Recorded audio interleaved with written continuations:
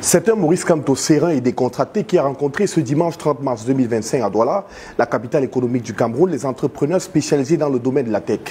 Après des rencontres avec les acteurs de la culture, ceux de la santé et tout récemment encore avec les enseignants à Yaoundé, il a cette fois fait le déplacement pour Douala afin d'échanger avec ces acteurs importants dans la transformation de l'économie du Cameroun. Qu'est-ce que nous pouvons faire pour que le secteur technologique soit demain un des secteurs moteurs de l'économie camerounaise?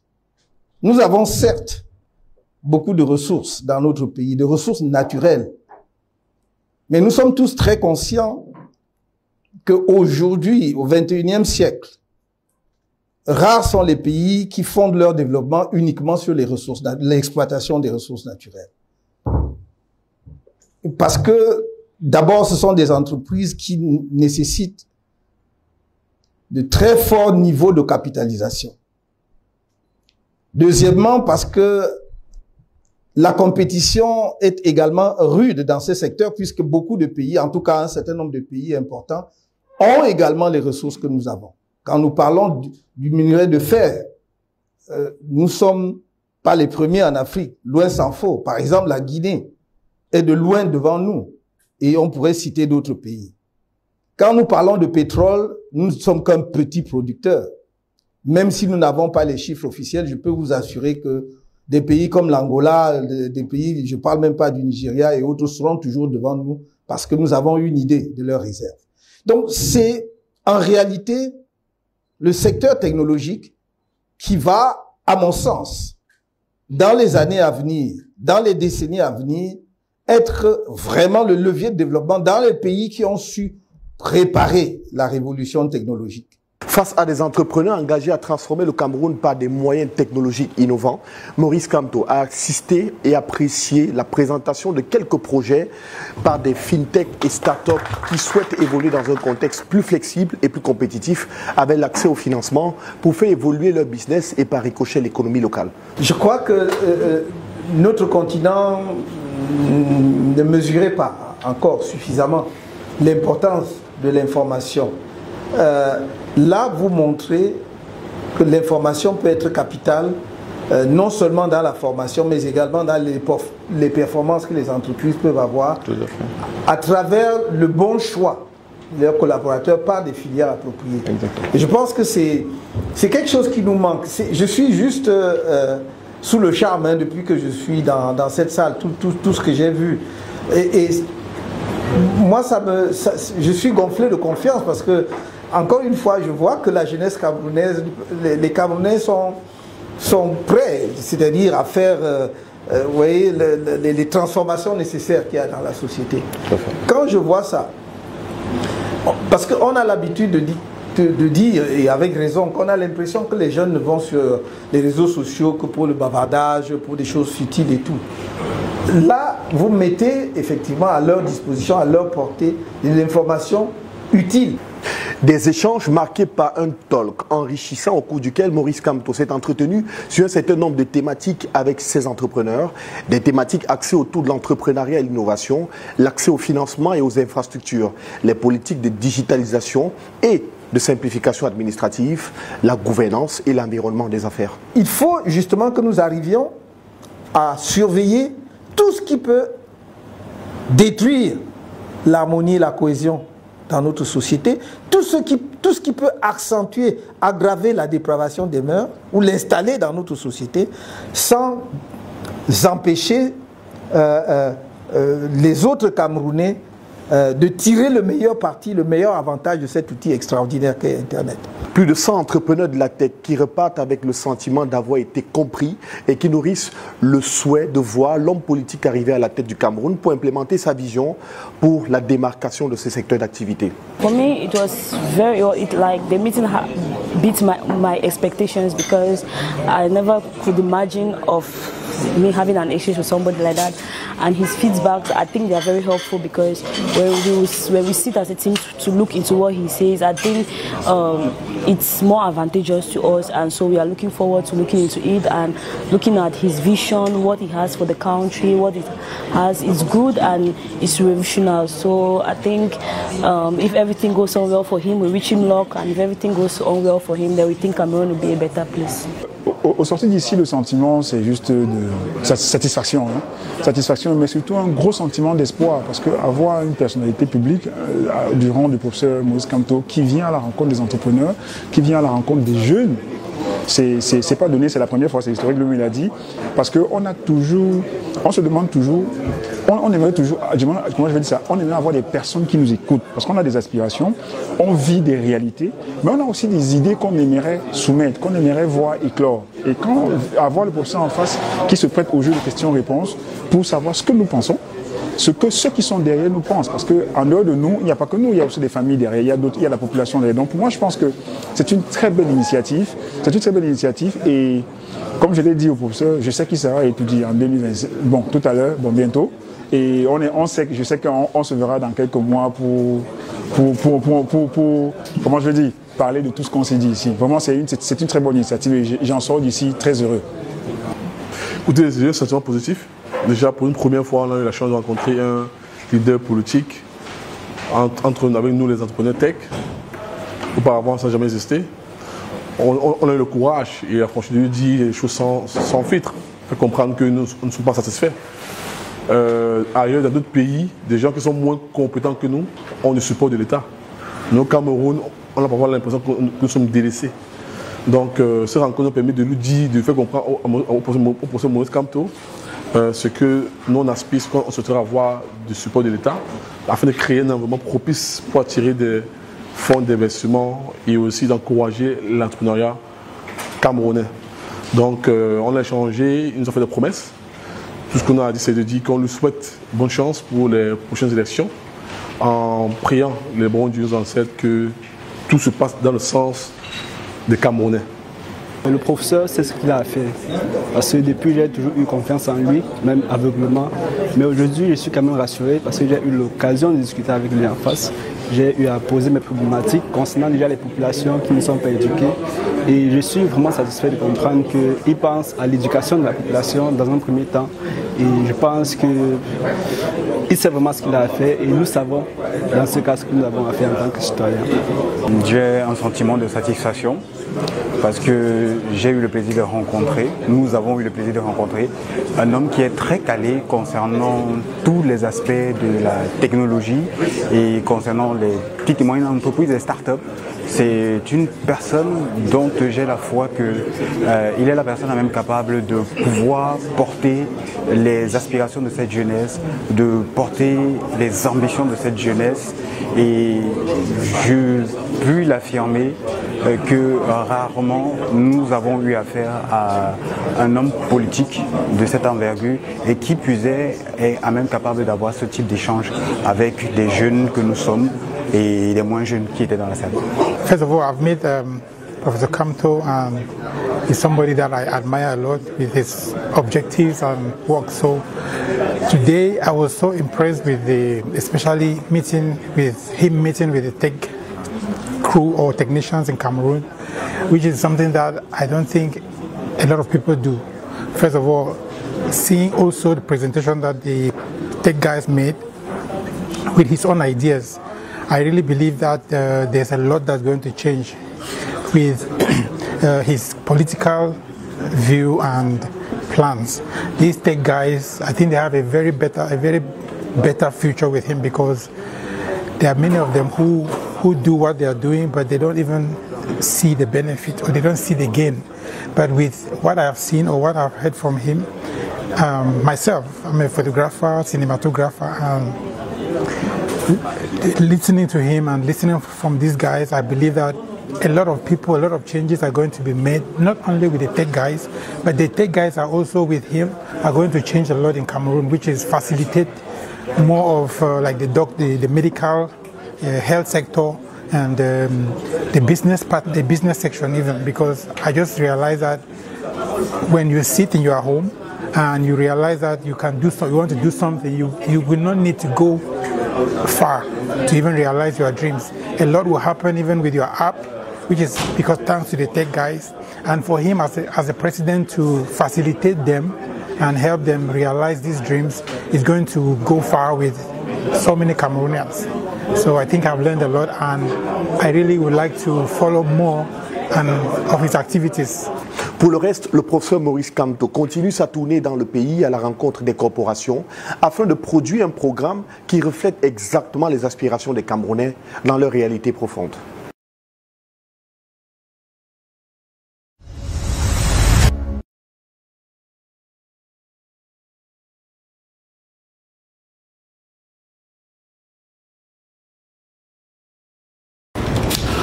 Bonsoir, Monsieur le Président Maurice Kamto. Bon après-midi à tous les invités et à mes confrères entrepreneurs.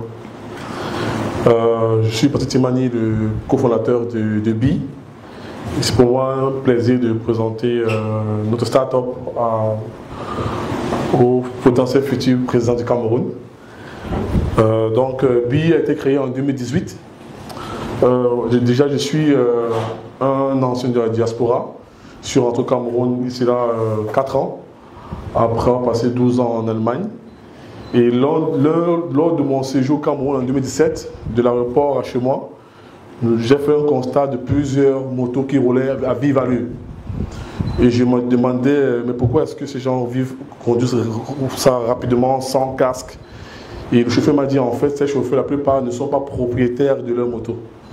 Donc, ils prennent des motos en location à un particulier au quartier parce qu'ils n'ont pas les moyens de s'acheter une moto en cash. Et là, par exemple, je parle d'un chauffeur qui s'appelle M. Sama, qui est dans la salle, qui avant, il avait une vieille moto, par manque de moyens de s'acheter une moto. Donc, lors de mon séjour, lorsque je rentre en Allemagne, mon associé et moi, on s'est dit, mais qu'est-ce qu'on peut faire pour eux? Comment ça se fait en Inde? Et là, on a pensé à un modèle où nous pouvons financer les motos avec des remboursements journaliers. Parce qu'ils vivent le jour le jour. Ils gagnent l'argent le jour le jour. Donc il faut vraiment adapter leur remboursement le jour le jour. Et évidemment, parce qu'aujourd'hui, il n'y a que 5% d'eux qui ont accès aux services financiers. Et là, on parle d'un besoin de près de 10 milliards de dollars en Afrique subsaharienne. Donc aujourd'hui, BI a développé une plateforme où les chauffeurs peuvent postuler pour avoir une moto. Et après la moto, également avoir un téléphone. Là, c'est M. Ousmane qui est lui aussi dans la salle pour vous dire un peu plus. Donc aujourd'hui, BI donne la moto, un smartphone et même de la micro-assurance avec des remboursements échelonnés pendant 12 ans. Et à part la moto du téléphone, nous leur donnons également du micro-crédit à travers un partenaire financier Advance, sans faire la publicité. La taille du marché, comme tantôt, on parle d'un marché tellement énorme. Mais nous, pour les 3 premières années, on voulait se focaliser sur d'abord l'Afrique centrale, le Cameroun, la RCA et le Gabon. À l'impact, le but de BI n'est pas d'augmenter les besoins du Cameroun. Ce n'est pas ça notre objectif. Mais on part de là pour le reconvertir dans d'autres secteurs potentiels du Cameroun. Là, par exemple, M. Sama, en question, Maturel, il avait une vieille moto. Au départ, c'était un agriculteur d'Alana. Il m'a dit, boss, moi je veux rentrer dans l'Alana, mais je n'ai pas les moyens. Il dit, ok, c'est pas de problème. Prends une moto, rembourse la moto, tu me demandes que tu es capable de rembourser ce crédit. Il a pris la moto, il a remboursé, il a pris une deuxième moto. La première, il a donné ça à son employé au champ. Il a remboursé la deuxième, il a pris une troisième. Il a vendu la première, il a lancé son champ d'Alana. Aujourd'hui, ce monsieur a un champ d'Alana à plus qu'à 30, à partir de la moto. Donc, ils ont une expertise qu'ils ont, mais à cause du manque de moyens, ils sont obligés de faire la moto. Par contre, nous, on a mis un programme pour de la moto, pour le reconvertir dans un secteur plus porteur. Sur le plan technologique, bien évidemment, on parle du risque. C'est un peu fuir avec la moto. Comment on fait?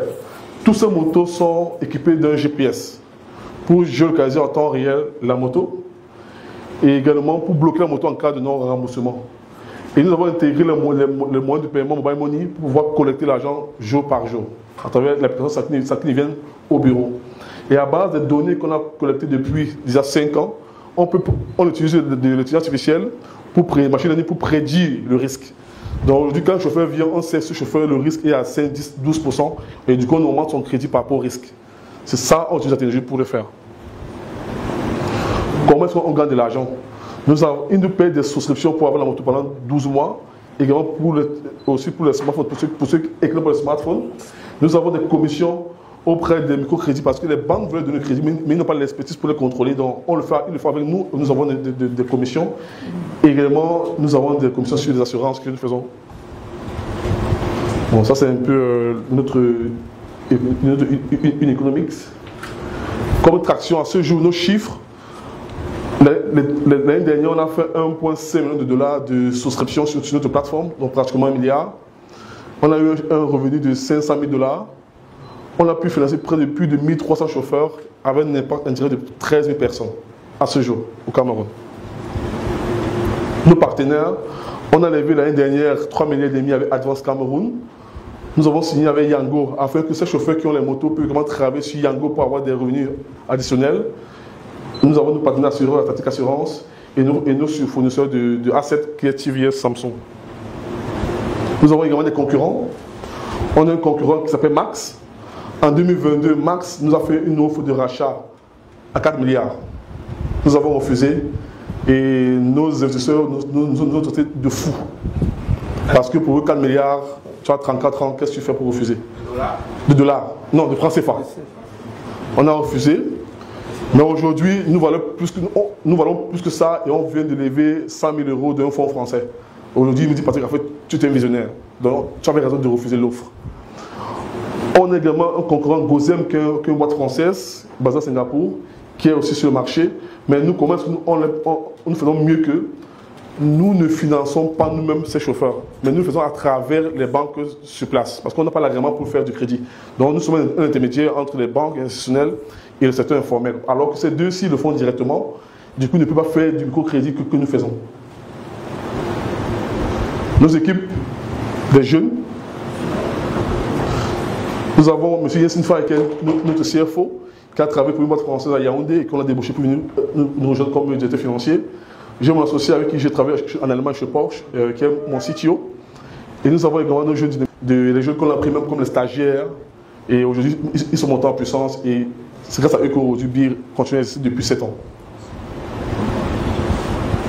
Bon, à ce jour, on est en train de lever les fonds, ce n'est pas ça le but de mon organisation. Mais en gros, pour vous dire que BIR à ce jour, on a une plateforme de près de 17 000 chauffeurs enregistrés. On vient de signer un partenariat de 1,4 milliard avec CCA Bank pour pouvoir augmenter notre ligne de crédit. Donc, mais ça peut être facile. Ça prend 8 ans. Alors qu'ailleurs, ça prend 2-3 ans. Donc, c'est pourquoi on espère qu'au bout de cet échange, vous pourrez nous dire comment est-ce que vous pouvez faciliter encore notre croissance. Merci beaucoup.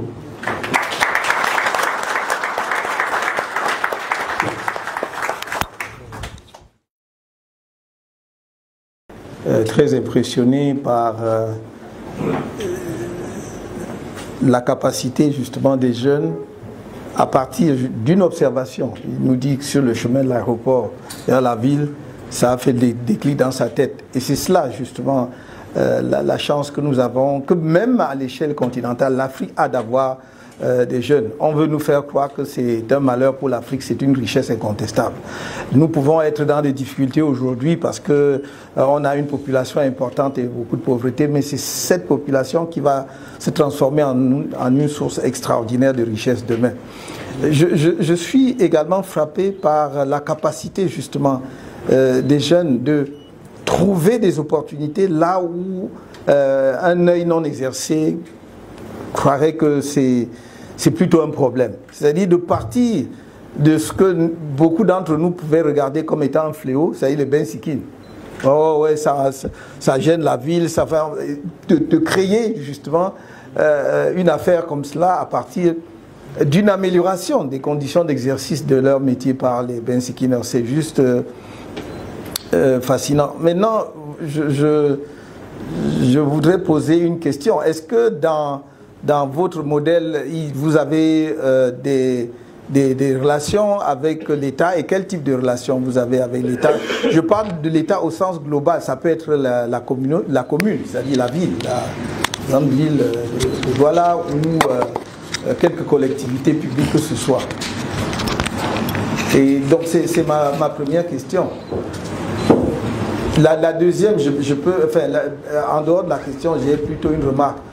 Vous avez parlé tout à l'heure justement de financement et vous avez posé la question de savoir ce que nous avions à l'esprit ou en projet pour ce genre d'activité. C'est exactement ce que j'ai dit tout à l'heure. C'est-à-dire que lorsqu'on a une activité comme celle-là, et peut-être j'aurais dû d'abord vous laisser répondre, parce que pour moi, ce que je vais vous dire sur le financement est en lien aussi avec les rapports entre une entreprise comme celle-là et l'État ou les pouvoirs publics. Donc, est-ce que vous avez des rapports avec l'État? Je vais dire oui, non. Oui, parce que déjà, nous avons été à maintes reprises contactés pour pouvoir présenter notre vision. Mais à ce jour, il n'y a encore aucun contrat. Parce qu'en réalité, nous, on a toujours souhaité à dire à l'État, nous pouvons vous donner une plateforme pour visualiser en temps réel l'ensemble des véhicules qui roulent dans la ville. Avec un GPS à temps réel traqué, qui va réduire même la sécurité, qui va réduire la criminalité. Mais on n'a jamais eu une réponse par rapport à cela. Et on a également contacté la tutelle du transport à Yaoundé pour le faire part de notre vision sur la moto électrique. Parce qu'aujourd'hui, je sors de la Chine, on est en train de lancer notre propre usine de moto électrique en Chine. La deuxième phase au Cameroun pour l'assemblage. Parce qu'on s'est dit aujourd'hui, pour faire 12 000 francs de recettes, un chauffeur, il dépense carburant de 3 000 francs. Il dépense chaque mois 12 000 francs pour la vidange. Alors qu'avec une moto électrique, il dépense 600 francs pour faire 12 000 francs. Parce que 1 kW, c'est 90 francs. Et il a besoin de 4 kW pour faire la même distance. Et donc, voilà les dispositifs qu'on peut faire. Et ce qu'on demande, parfois, on ne demande même pas l'argent. Parce que nous avons des partenaires financiers qui peuvent nous mettre de l'argent. Mais on veut un cadre. Parce que je dis, si on vous donne l'argent et après demain, pour résoudre une autre, on vous arrête ou on vous tape une sanction, comment je fais ressortir mon argent? Donc, aujourd'hui, il n'y a pas encore un accord et on est toujours ouvert. D'accord. Merci beaucoup. Justement, ça, c'est ça, un peu le nœud du problème dans notre pays en particulier. On n'est pas là pour jeter la pierre à qui que ce soit, ce n'est pas le sujet, mais je pense qu'on n'est pas suffisamment attentif, voilà, au bouillonnement qu'il y a dans la société, c'est-à-dire aux capacités d'innovation de notre jeunesse et de comment en fait on peut juste l'accompagner.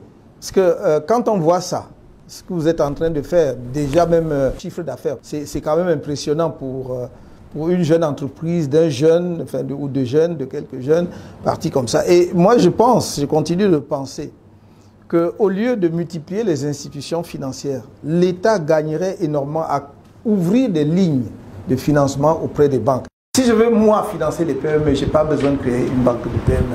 Parce que le coût d'infrastructure va bouffer une partie de ce financement que j'aurais pu mettre à la disposition des jeunes.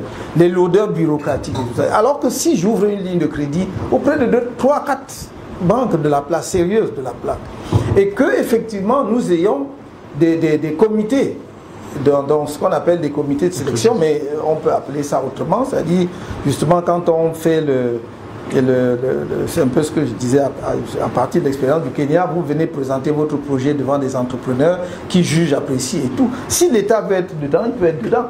Il peut envoyer quelqu'un dans cette équipe-là avec des professionnels qui ont l'œil exercé, qui savent, lorsque vous avez fini de présenter un projet, ils voient tout de suite les loopholes, c'est-à-dire les points faibles et tout, et vous interrogez là-dessus. Après, on met le financement à votre disposition.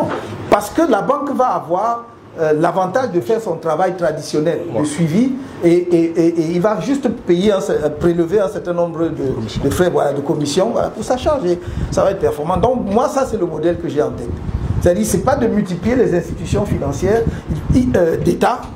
Évidemment, si les privés veulent créer autant de banques qu'ils veulent, ça c'est tout à fait le business, il n'y a pas de problème. Mais c'est pas la peine que l'État lui-même multiplie les institutions financières et bancaires, parce que c'est donner des positions à des fonctionnaires.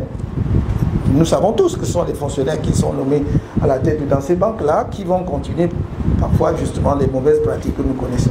Donc moi je dis juste pour terminer que ce par quoi vous avez terminé m'interpelle beaucoup et je souhaite vraiment que nous soyons en tant que pays demain en capacité vous permettre d'aller au bout de cette logique, c'est-à-dire de commencer par fabriquer en Chine, mais finalement de venir assembler ici. Parce que c'est déjà un pas dans le transfert de technologie. Parce que les ouvriers qui vont assembler cela, à la limite verront comment ça fonctionne, y compris parfois jusqu'au moteur. Voilà. Et donc d'ici une dizaine d'années, on aura effectivement des Camerounais capables de reproduire ça. C'est vraiment le genre de projet qui, à mon sens, mérite d'être accompagné. Merci, monsieur. Merci. Merci à l'assistance, merci à tout le monde d'être là. Merci particulièrement au professeur Maurice Kamto. Merci. C'est pour moi une très grande opportunité de présenter aujourd'hui devant vous et de présenter ce que nous faisons en Allemagne.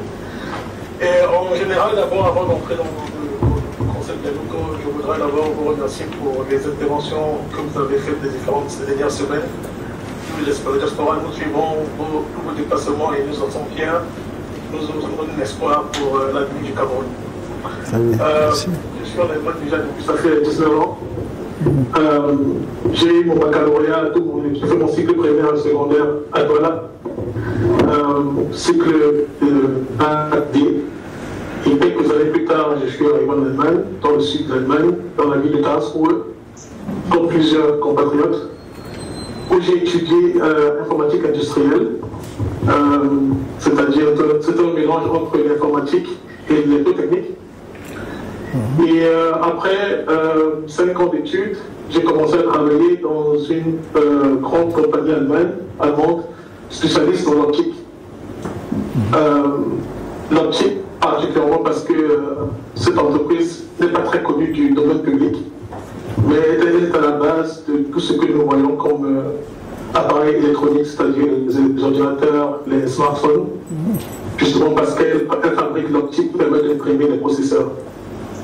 Donc j'y ai passé 10 ans et après cette expérience que j'ai accumulée dans cette boîte, j'ai fait une station de 2 ans dans la défense, une entreprise qui fait la défense allemande, qui fabrique les appareils notamment pour la surveillance de frontières, les chars de guerre, avec une spécialité pour les appareils optiques, c'est-à-dire caméra, vision à distance et traitement de l'image.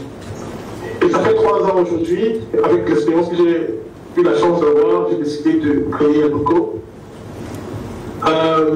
avec pour ambition de vulgariser un peu ce que j'ai pu apprendre en créant des équipes aussi de développeurs au Cameroun qui vont travailler spécifiquement sur des systèmes intelligents, des systèmes par exemple tels que des caméras pareilles, ça c'est des caméras stéréoscopiques, ou des systèmes encore de capter comme ceci. Ça, c'est des exemples, ce que nous faisons pour les clients. Donc, Yanoko qui veut dire, Yanoko, c'est un assemblage de 2 mots en swahili qui veut dire grandir ensemble, progresser ensemble. Et c'était dès le départ la vision de gagner un peu en autonomie, parce qu'en tant qu'employé, ici, je ne peux pas vraiment assez pour moi d'être assez autonome et de faire les choses selon ma vision. Donc, j'ai décidé de faire le pas il y a 3 ans. Et depuis 3 ans, nous accompagnons cette entreprise allemande, petite et moyenne entreprise, dans la fabrication de systèmes embarqués, systèmes intelligents, notamment avec une particularité dans le traitement de données massives en temps réel. Comme par exemple des images de haute définition, traitement, compression, envoi, streaming, ou bien détection de cycles, par exemple. Et donc, en quelques mots, c'est le but, c'est le cours, avec des entrepreneurs aussi au Cameroun qui sont déjà en contact pour élargir, créer d'abord le pont entre le savoir-faire camerounais qui est reconnu. Ça, vraiment en Allemagne déjà c'est reconnu. Le Cameroun sait que les Camerounais viennent avec un bagage intellectuel solide. C'est qu'ils donnent accès directement aux études supérieures, contrairement à d'autres pays, où on doit d'abord faire des études de recyclage. Mais les Camerounais, on sait qu'ils ont, entre guillemets, la niaque. Et ça, c'est reconnu dans toutes les boîtes où on a été. Il y a toujours les Camerounais à des hautes positions. Et vraiment des positions vraiment décisives, qui ne demandent que à contribuer à l'histoire du pays, à partager leur expérience, à faire leur retour ascenseur. Voilà.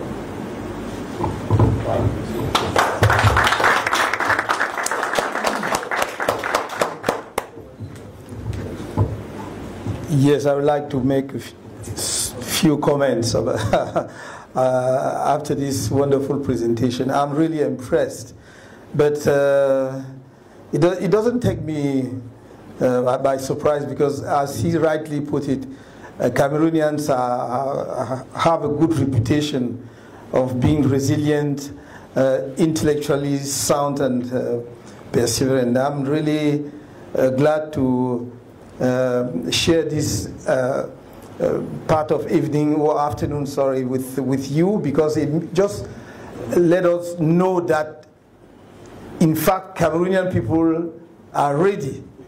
It is we need to work out to improve our leadership. Mais le peuple camerounais, les Camerounais sont prêts pour le changement. Quand je dis changement, c'est pas seulement au plan politique, c'est-à-dire la transformation, voilà. Pour l'œuvre transformatrice de la société. Peu importe celui qui sera en charge de la conduite, de la destinée, il faut qu'il sache que le pays attend de lui qu'il tire avantage de ce potentiel extraordinaire. Et j'ai toujours dit, j'en profite pour le dire, que la diaspora camerounaise jouera un rôle déterminant dans la propulsion du pays, justement, à l'échelle mondiale. Parce que je ne vois pas le Cameroun, on peut voir les 475 000 km², mais je vois une grande nation. Et pour jouer les premiers rôles, d'abord en Afrique, puis dans le monde, il ne faut pas nécessairement avoir 10 millions de km². Je pense qu'il y a une telle concentration de savoir et d'expérience dans notre pays, et notamment à travers sa diaspora, qu'il serait scandaleux que nous continuions à végéter, soit au milieu, pour ne pas dire en bas d'échelle. Merci pour ce que Yanouko fait. J'ai beaucoup, ça a réveillé en moi beaucoup de choses dont je me garde de parler ici. Je donne seulement que quelque part, Yanouko. Merci.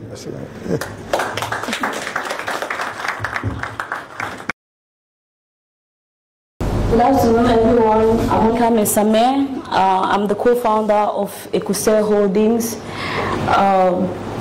Ecosay is an all-in-one healthcare solution, which is an innovative solution towards the public health most critical problem, which is the fragmentation of healthcare services. All of us here as patients, we've experienced the bad ways happening in the healthcare services, where moving from one service to another, it's actually difficult. Our data are very, very silos. When you're exchanging your doctors or you're exchanging your hospital infrastructures, you tend to lose all your healthcare information and you have to start all over again. It's very costly to so many people. It has actually led to the death of so many patients out of negligence. It has actually led so many patients' conditions getting more worse. So Ecosay RX was built, which is an all-in-one healthcare solution that actually centralizes the various healthcare services, and we aim to bring together the doctors, the tests, the medicine, the records, and the emergency services together for easy access, efficiency, and outcome. And this is a solution that saves lives for millions of Africans. We offer services like appointment scheduling, health recordings, health information, and other healthcare services like teleconsultation, telepharmacy, emergency, and the record storage. So Ecosay is built for doctors and for patients. So health personnel who are pharmacies, insurance companies, clinic and hospital, medical laboratories, specialist cabinet, and ambulances and emergency. And for patients, we are working towards chronic disease patients, insurance customers, non-insured patients, new parents, tech survey people, and health conscious individuals. The markets for Ecosay Africa, the market in Francophone Africa is a 3 billion plus healthcare market, and we are working towards the 1.5 billion healthcare market in 5 Francophone African key countries. And in 5 years, we are looking to have a 10% penetration rate in the market with over a revenue of $100 million US. So for the past 2 years, Ecosay was created in 2022, and we started having impact in 2023. So for the past 2 years, we were able to have 10,000 patients praising our platform, and we have 50 clinics, 80 pharmacies, 130 providers. We have a monthly returning revenue of $2,000. We are basically 5 regions in Cameroon, 5 laboratory deals to be closed yet. We've been able to raise money through prize, grant, and love money. We sum up to $23,861. We had 105,000 GTV, and we have partners like IP Investment, Get Simata, Retech, Joko Labs, Health Next Accelerators, Allison, and Kametech. So for our unique selling proposition, we are working towards acquisition on strategic partnerships with hospitals and businesses who actually want their clients or who actually want their staffs to get easy access to healthcare. We are also working towards digital communication, professional referral, and our value proposition is seamless data exchange across different healthcare services. For retention, we have secured patient records, digitalized services for providers, personalized experience, exceptional customer service. For development, presently we are working towards our platform expansion to add the other different healthcare services into our system. And if in 2028, we are looking at adding predictive data analytics and scaling to other Francophone African countries and start data monetization. For our B2B competitors, we have Salvo, we have Deis2, we have Lapware, and we have Deis1. What makes us different is the fact that our system has an interoperability service where data can actually be transmitted from one healthcare system, from one healthcare solution, which is actually working to another. So hospitals don't need to be able to change their electronic health records, or they have to leave from their old services they are using. What we do is these services can actually be integrated into a COSE, and they can actually communicate with each other without any problem. And we also have the possibility to collaborate with public health. Our system accepts scalability and compliance to health services and advanced analytics. Our market is very competitive. In the B2B market, we have strong actors like Waspito, Clinic Home, FarmSavvy, Pharmaron, and Pharma. What makes us different from these people is the fact that our system has a secured information storage for seamless data exchange among health personnel and among patients. So our system holds autonomy for patients. Patients can actually provide access for their secondary health personnel to be able to view their past medical information. So for our patients' future, when you access our system, you can be able to choose your insurance service that you're using. You have access to health providers. You have access to schedule an appointment, order for medication, secured healthcare wallet, where you can actually save for your healthcare services way before time, and you can actually pay for your healthcare services seamlessly without any problem. So we make money in the COSE with our B2B business model. We offer 8 to 10% commissions per service providers to single doctors, which are actually partners to a COSE. We offer $600 quarterly for advertisement for healthcare structures, analytics and reporting $200, process digitalization for healthcare providers in the insurance sector $300. For our B business model, we are using the premium service. Patients can actually access some key services for free and upgrade to standard for $5, which they can access some other advanced key services, and complete services we offer premium for $10. So to make this happen, we have a specialized team put together with 39 years of experience. Myself, Monica Mesame, as a nurse, which has actually worked in the health sector for over 8 years plus. We have Mukete Leblaze, 5 years experience. He's our coder and our CTO.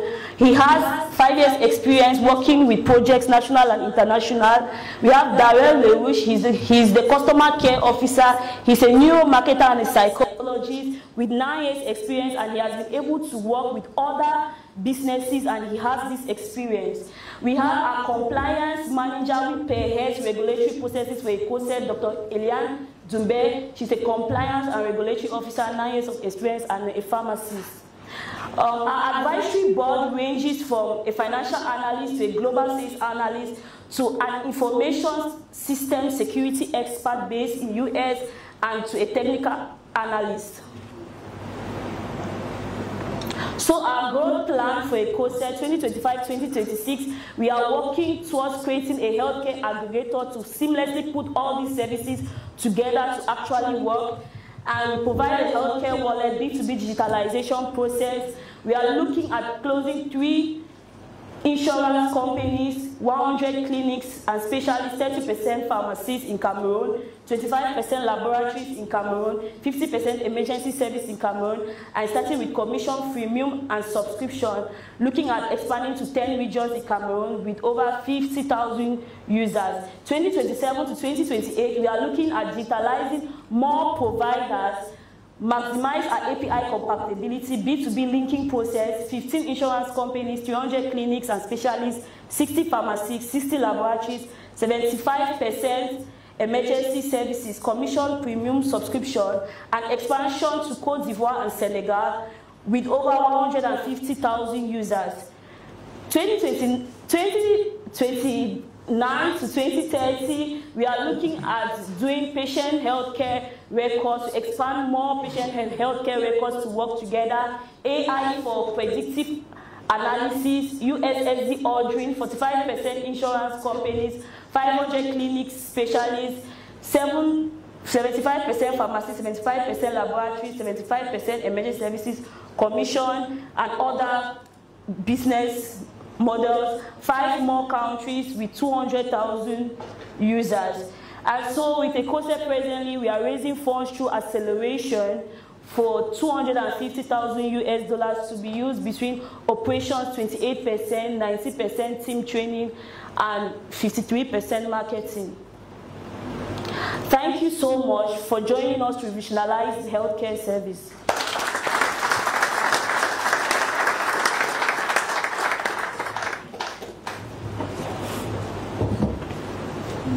Yes, I would like to congratulate you for the presentation and indeed for the vision you have for the healthcare in our country and beyond, since your target is Francophone countries. And precisely, I would like to know, why do you focus on Francophone countries, where we have so many other, English speaking, including Ghana, or not to talk to Nigeria, but other countries?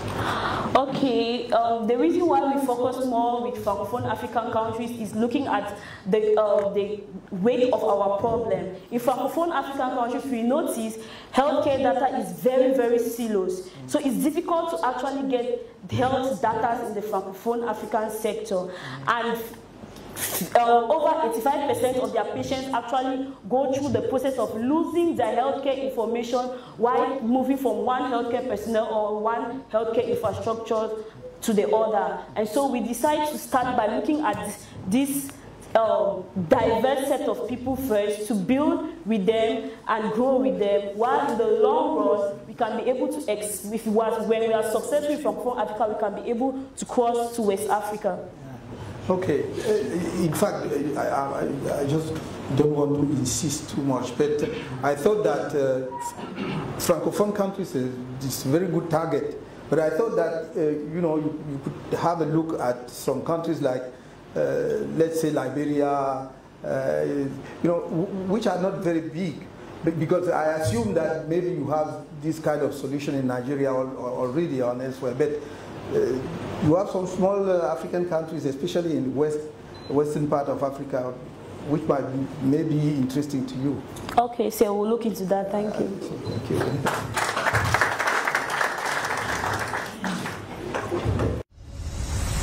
C'est un honneur, Président, de parler devant ce soir.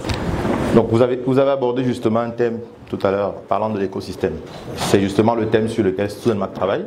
On travaille sur l'éducation des jeunes. Et effectivement, les Camerounais sont des génies, je vais dire ça comme ça. Mais si un génie n'est pas accompagné, et si 10 génies ne sont pas accompagnés, un va réussir et 9 vont échouer.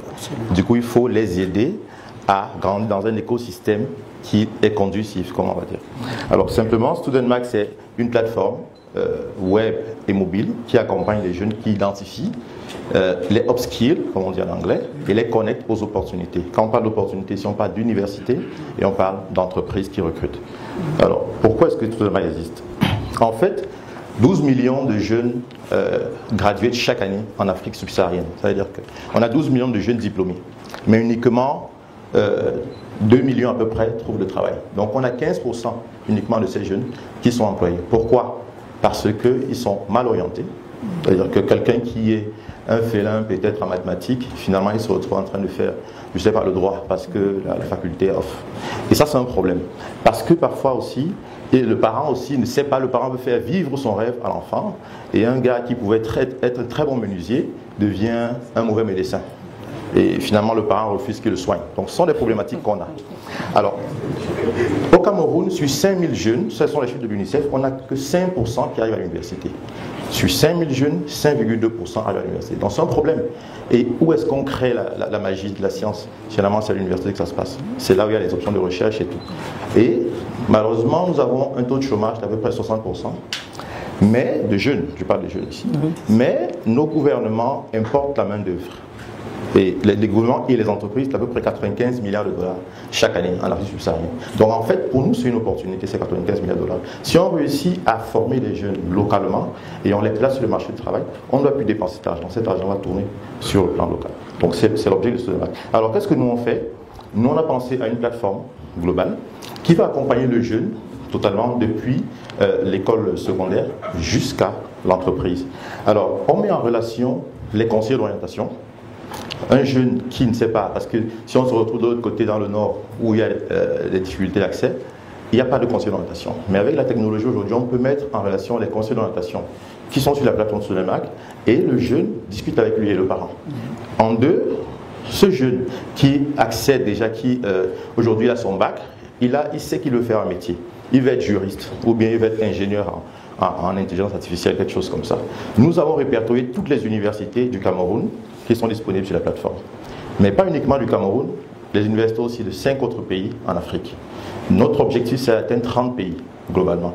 Donc là, sur la plateforme, avec une option méthode de recherche, il peut accéder à différentes universités et il fait sa recherche. S'il veut faire intelligence artificielle, il tape intelligence artificielle et il entre, toutes les informations s'affichent. Et il peut choisir son université. D'accord. Ensuite, pendant que le jeune est en train de travailler, Patrick a fait une très belle présentation ici et on comprend qu'il y a une équipe, il y a une bonne équipe derrière. Ce sont des mentors. Le problème avec l'Afrique, c'est qu'on ne veut pas transmettre. Nos parents avaient de la magie, mais ils n'ont pas transmis. Du coup, on est en train de faire, on court derrière ce qu'on savait déjà faire depuis longtemps. Donc nous, on veut que ce student-là, qu'il y ait des mentors qui ont la connaissance, qui transmettent ces connaissances aux plus jeunes qui cherchent la connaissance, qui cherchent à grandir. Donc là, il y a une plateforme qui leur permet de se connecter et de passer leur information. Et ça, c'est bénévole, c'est pas payant. Voilà. Et ensuite, les universités sur la plateforme qui sont là pour recruter le talent. Les universités cherchent. Facebook aujourd'hui permet à quelqu'un de faire une publicité et de trouver le jeune qu'il veut. Mais parfois, ce n'est pas quelqu'un qui a besoin d'informations. Nous, on permet à une université de dire, voici les talents, les profils. Quand vous accédez à la plateforme, vous faites d'abord un test d'orientation.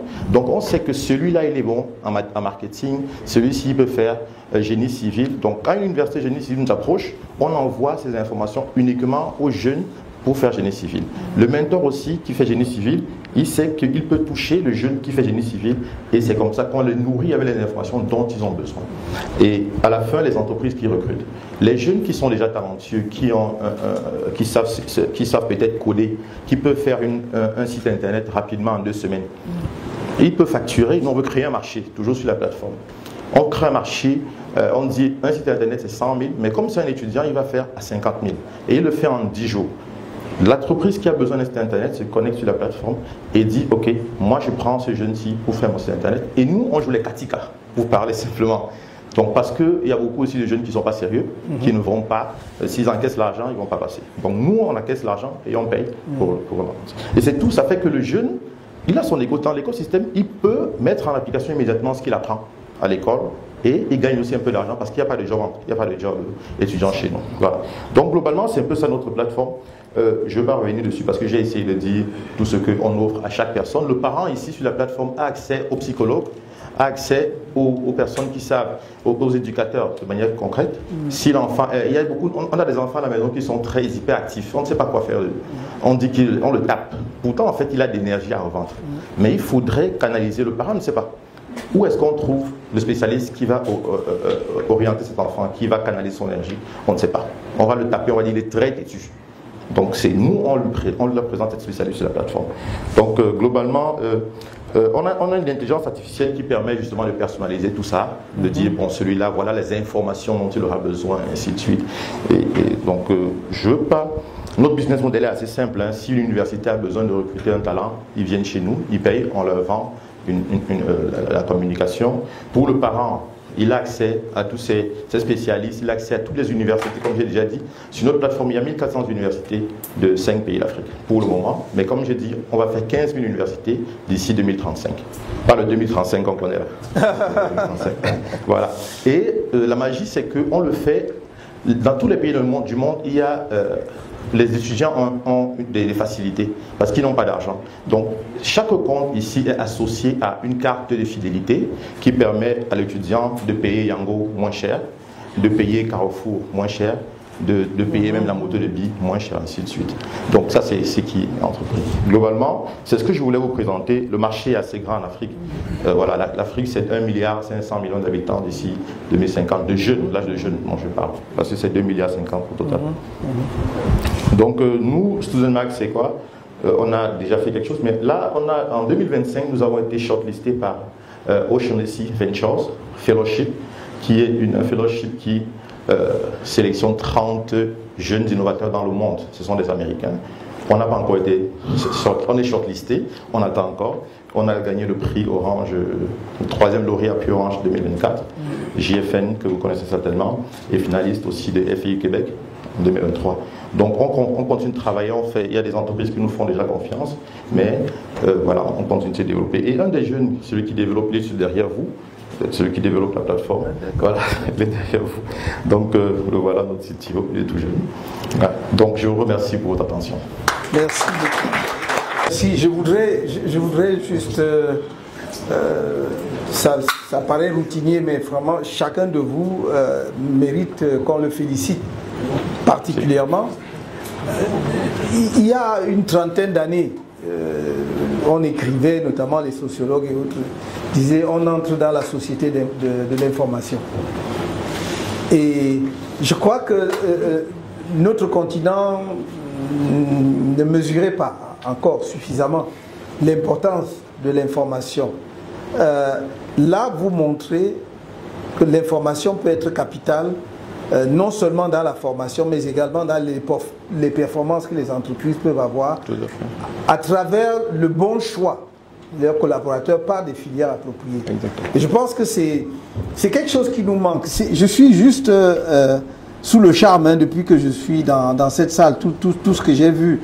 Et moi, je suis gonflé de confiance parce que, encore une fois, je vois que la jeunesse camerounaise, les Camerounais sont prêts, c'est-à-dire à faire vous voyez, les transformations nécessaires qu'il y a dans la société.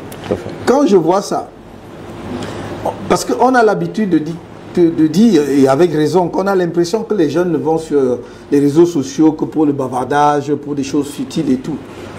Là, vous mettez effectivement à leur disposition, à leur portée, de l'information utile, plus qu'utile, capitale. Et ça va dans les deux sens, c'est les jeunes, mais aussi ceux qui forment les jeunes et ceux qui vont les employer. Et ma foi, qu'est-ce que je peux dire? Je vous souhaiter simplement beaucoup de succès. Et à vous tous ceux qui sont passés, mais vraiment beaucoup de succès. Merci. Parce que, vous voyez, on parlait vous avez touché d'ailleurs au système éducatif. Tout à l'heure, vous avez dit, bon voilà, les parents vont peut-être pousser l'enfant dans une direction qui ne lui convient pas et tout. Et dans votre schéma, j'ai bien vu les conseillers d'orientation. Oui, c'est le centre. C'est vraiment fondamental. Dans le système éducatif pour lequel nous plaidons pour demain, c'est un maillon essentiel. L'enfant ne doit plus être livré à lui-même parce que nous tous, on passe le bac et peut-être même on va à l'université sans savoir pourquoi on choisit telle ou telle autre filière. Très peu, je ne sais même pas si ça peut atteindre 1%. Oui. D'étudiants ne te diront pas, moi j'ai fait ces études parce que j'ai envie de faire telle chose et qui s'est préparé en conséquence. Mais si je ne vais pas revenir sur notre système éducatif qu'on a simplifié, qui correspond au schéma qu'on voit dans le monde, c'est 2 diplômes fondamentaux. Il y a le premier diplôme d'études qui dure à peu près 8 ans et le deuxième qui dure 5 ans dans le total. Pour entrer au supérieur, c'est 13 ans. Vous avez 2 diplômes. Dès le premier segment que chaque Camerounais doit faire, quel que soit ce que ça coûte, y compris l'exigence de la gratuité, dès ce premier segment, vous allez déjà progressivement être orienté vers ce qui vous intéresse. En sorte qu'avant d'avoir le diplôme d'ouverture à l'enseignement supérieur, vous savez ce que vous voulez faire. Et j'ajoute à cela un deuxième point que vous avez mentionné. Vous avez parlé disons, des gens qui vont transmettre le savoir bénévolement. Oui. Et c'est toute la philosophie que nous avons derrière le concept des centres de métier. Nos centres de métier vont fonctionner énormément avec des gens d'expérience qui parfois sont déjà retraités. Parce que vous allez constater que quelqu'un qui a été menuisier pendant 20-30 ans, il a des petites touches. Des astuces. Voilà, des astuces, merci, qu'un jeune qui arrive aujourd'hui n'aura pas. Et c'est comme ça qu'on transmet ces savoirs. Donc merci, parce que là, on se rejoint complètement. Merci beaucoup. Je suis médecin, résident en médecine légale. Je vais vous présenter aujourd'hui notre organisation, Proximity Doctor. Comme nous le savons tous, l'accès à l'information santé fiable et l'accès aux soins de santé demeure un problème majeur dans notre pays. Proximity Doctor, depuis 6 ans, essaye de batailler pour apporter sa contribution à la résolution de ce problème-là. Nous avons commencé par des petites campagnes de santé sur le terrain. Ça y est, nous avons créé une petite équipe faite de professionnels de la santé, des spécialistes, des médecins généralistes, des pharmaciens et tout le reste. Nous allons sur le terrain, nous essayons de consulter, d'offrir des services gratuits aux populations. Par ailleurs, nous avons développé l'offre, nous sommes montés au niveau des formations, formation d'assistant médical, formation en premier secours, parce qu'on s'est dit qu'il était important que non seulement les gens aient accès aux soins, mais qu'ils aient aussi des connaissances de base pour pouvoir au moins savoir comment s'orienter en cas de soucis de santé. Par la suite, nous avons dit qu'il fallait qu'on mette un service permanent sur pied qui devait nous permettre d'être régulièrement en contact avec les populations. Et pour ça, on a décidé de lancer notre service d'assistance médicale sur le digital. Le digital, pourquoi? Parce que ça nous permet d'être directement en contact avec les populations. Et nous avons utilisé toutes les plateformes aussi. Nous sommes sur WhatsApp, nous sommes sur Facebook, nous sommes sur TikTok, sur Link, nous sommes sur toutes les plateformes.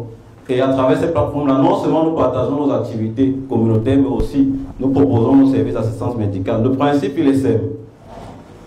Nous avons des partenariats avec des structures de santé, des laboratoires, des hôpitaux et des spécialistes. Nous leur proposons, nous allons vous référer des gens chez vous à travers nos plateformes. La contrepartie, c'est que, puisque nous gardons notre vision sociale, la contrepartie, c'est que vous devez revoir vos tarifs. La contrepartie, c'est que nous proposons cette grille tarifaire-ci pour nos personnes que nous referons chez vous. Donc, cette structure accepte et nous leur referons des gens à travers nos différentes plateformes. L'idée, c'est que d'ici quelques mois, nous allions vers les applications comme tous les autres. Ça nous permettra non seulement de faciliter la gestion des données de ces patients-là, mais aussi de faciliter les interactions entre eux et les prestataires de santé. Il faut dire que la particularité que nous avons aussi par rapport à toutes les autres plateformes qui existent, comme ma collègue qui est passée, c'est que nous sommes avant tout des communautaires. Nous sommes sur le terrain.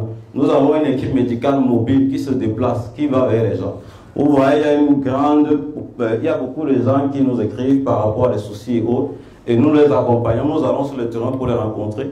Nous avons mis sur pied non seulement un premier centre à Yaoundé où nous offrons le paquet minimum de services, ce qui fait que les hôpitaux ou les structures qui ne veulent pas forcément accepter nos tarifs nous pouvons référer directement les gens chez nous. Nous espérons que dans les mois ou dans les années à venir, nous allons ouvrir notre structure à Douala et à Bafoussam, où nous sommes basés aussi.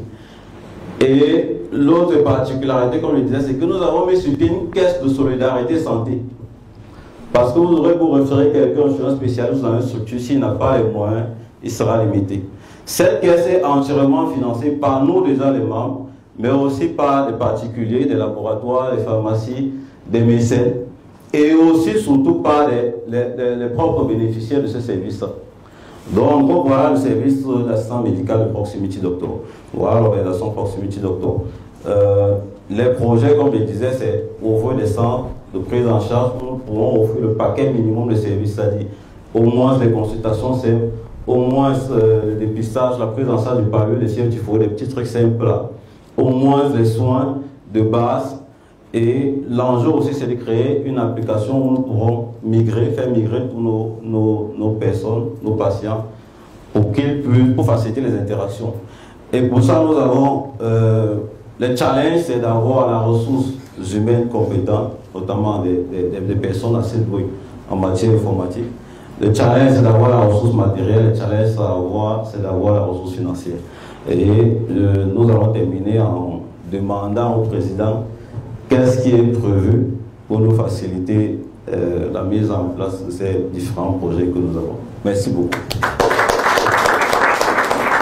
Merci, docteur, et félicitations de penser effectivement à offrir à nos populations justement des prestations en matière de santé. Nous savons que nous avons beaucoup de choses à faire dans ce secteur, beaucoup de choses à rattraper.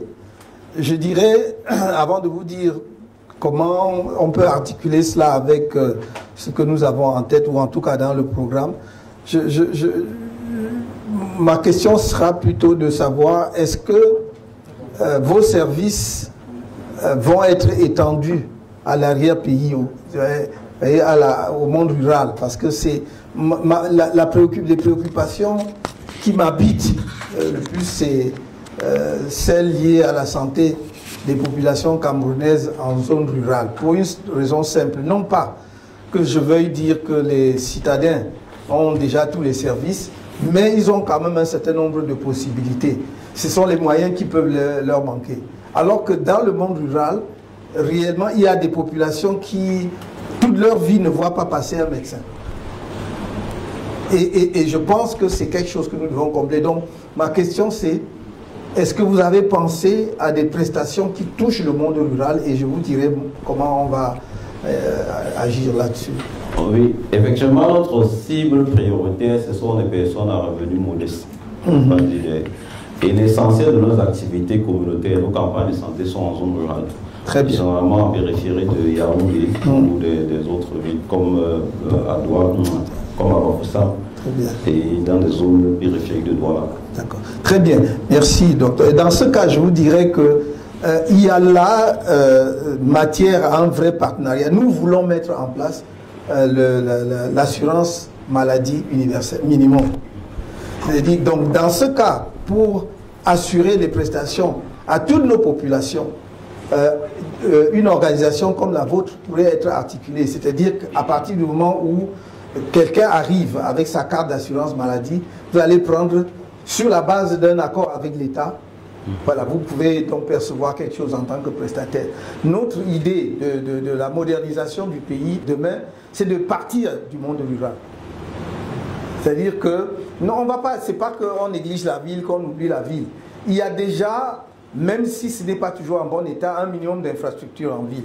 Même s'il faut les améliorer, les performer. Mais quand vous êtes dans les villages, et je vous dis, il y a des parents qui vivent toute leur vie, pour ne pas dire qu'ils naissent, vivent et meurent sans avoir jamais rencontré un médecin. Parce que notre système de santé, malheureusement, avec tout ce qu'il y a autour, est conçu de telle sorte que les médecins n'ont pas envie, on peut les comprendre, d'aller s'installer, encore plus même aller là-bas. Et nous avons deux approches à cet égard. La première approche, qui est celle qui dépend vraiment de l'État, c'est de dire, nous allons faire en sorte que les médecins internistes ou qui terminent voilà, fassent une partie de leur travail dans l'arrière-pays, comme on dit, c'est-à-dire dans les formations sanitaires, des petites formations sanitaires. Pas forcément pour une très longue durée, mais s'il y a un système de rotation, au moins les populations verront passer un médecin.